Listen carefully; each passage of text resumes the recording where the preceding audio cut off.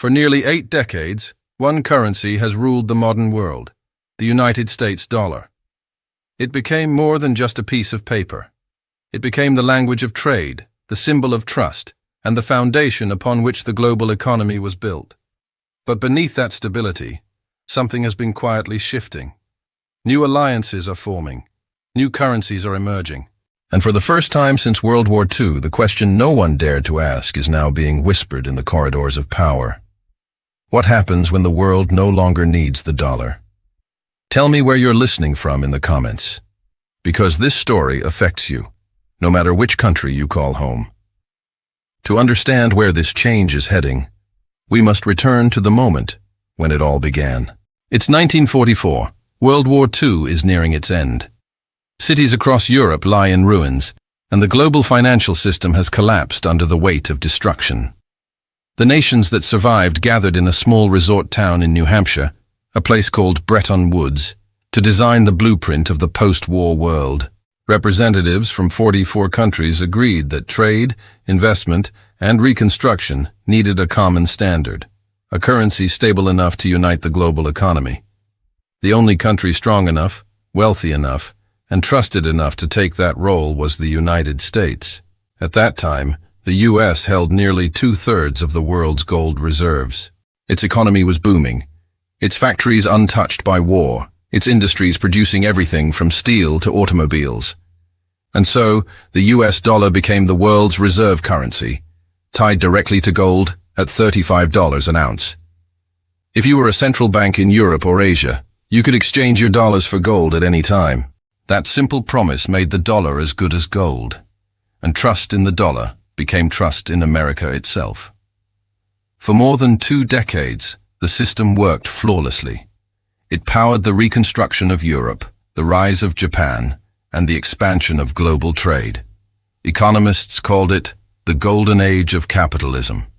But every empire of money carries the seeds of its own challenge. By the late 1960s, the U.S. was facing enormous costs, funding the Vietnam War, domestic social programs, and global infrastructure projects. The government began printing more dollars than it had gold to back them. Foreign nations noticed. France, under President Charles de Gaulle, famously demanded its gold back, sending naval ships to New York to physically retrieve it. Other countries followed, redeeming their paper for metal. And then, in August 1971, President Richard Nixon made a decision that would change the global economy forever. He announced that the U.S. would no longer convert dollars to gold. The link between money and metal was broken. The world entered the fiat era, where currencies were backed not by gold, but by the credibility of governments. The dollar didn't collapse. Instead, it evolved. It became a symbol not of what America owned, but of what America controlled. Yet a new problem emerged. If the dollar was no longer backed by gold, what would give it value? The answer came through strategy and oil. In the 1970s, Washington struck a landmark deal with Saudi Arabia, the world's top oil exporter. The agreement was simple. Oil would be sold exclusively in U.S. dollars, and in return, the U.S. would guarantee Saudi security and support. Soon, every major oil-producing nation followed suit. This created what economists call the petrodollar system, a self-sustaining loop of demand. If you wanted to buy oil, you needed dollars. To get dollars, you had to export goods to the U.S. or trade with nations that had them. That demand kept the dollar strong, and it gave the U.S. a unique advantage, the ability to print the very currency the world required. Countries began storing foreign exchange reserves in dollars. Central banks bought U.S. Treasury bonds, funding America's debt while keeping their own currencies stable. In essence, the world paid the United States to create money. But power, no matter how strong, eventually invites resistance. By the start of the 21st century, the global balance was shifting. China's rise, India's growth, and the expansion of developing economies challenged the unipolar financial world. Nations began to question why one country's currency should dominate every international transaction. The 2008 financial crisis amplified those doubts. A crash that began on Wall Street rippled through every economy, destroying trillions in global wealth. It revealed that even the dollar, for all its strength, was not immune to human error, greed, or policy failure. In Beijing, policymakers took note. China began diversifying its reserves, signing bilateral trade agreements that bypassed the dollar. It launched the Asian Infrastructure Investment Bank, and most importantly, it began developing the digital yuan, a state-controlled digital currency designed for fast, borderless transactions. Russia did the same, strengthening its gold reserves and experimenting with alternative payment systems. The BRICS nations, Brazil, Russia, India, China, and South Africa, began discussing the possibility of a shared trade currency, potentially backed by commodities. The idea was simple. If they could trade directly with each other using their own currencies or a shared system, they could reduce their dependence on the dollar entirely. And while most Western media dismissed these plans as symbolic, they were laying the foundation for something bigger, a quiet but steady de-dollarization of global trade. Today, that shift is becoming visible. It's not happening through revolution, but through technology and strategy.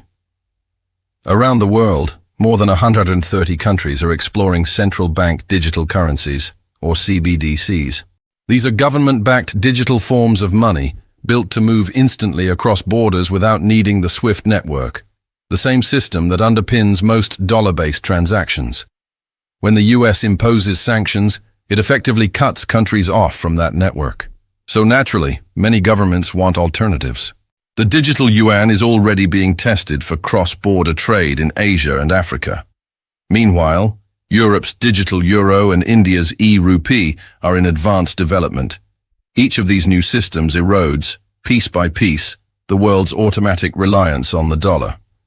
But let's be clear, the dollar isn't disappearing anytime soon. It remains the most traded, most trusted, and most stable currency in existence. As of today, nearly 60% of global reserves are still held in dollars, and around 80% of international transactions use it in some form. What's changing is not dominance overnight, it's dominance by degree. When the United States uses the dollar as a tool of foreign policy, freezing assets, applying sanctions, or limiting access, it sends a message to other nations: find another way. And they are. Economists often compare this transition to the fall of the British pound sterling, which ruled global finance for over a century before the dollar took its place. The pound didn't collapse overnight. It declined gradually as America's economy grew stronger and Britain's empire weakened. Today, the US finds itself in a similar moment. Still powerful, still trusted, but facing a new world that's faster, more connected, and far less dependent on any single nation. Some analysts predict that by 2040, we could see a multipolar currency system. The dollar, euro, and yuan sharing global reserve status, digital currencies facilitating instant trade, and regional payment systems operating independently of Washington's control. It wouldn't mean the end of the dollar, but the end of dollar supremacy, a shift from monopoly to competition. And like all economic transformations, it will come quietly, step by step, until one day it feels inevitable. For ordinary people, this evolution will have real consequences. If the demand for dollars declines, so too will America's ability to finance its debt cheaply. Interest rates could rise, inflation pressures might grow, imports could become more expensive, changing the cost of living for millions of Americans. At the same time, other regions could gain financial independence.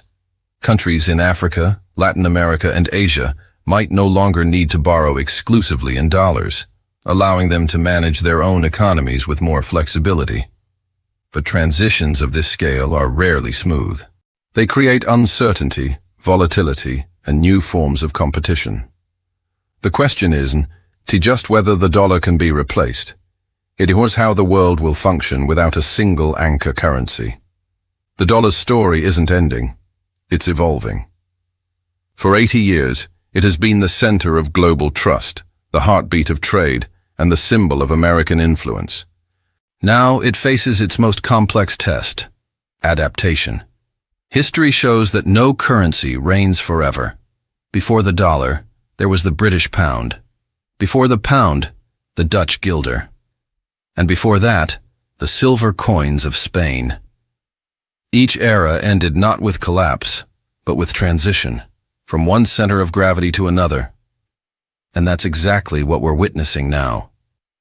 What replaces the dollar won't be a single coin or symbol. It will be a network of money, digital, decentralized, and distributed, where trust is shared rather than imposed. When that world fully arrives, the question won't be, what backs your currency? It will be, who do you trust to control it? And trust, once lost or divided, is the hardest thing to rebuild. So, where will you be when the next era of money begins? Let me know in the comments. And if you found this exploration valuable, make sure to subscribe for more fact-based insights into how the world really works.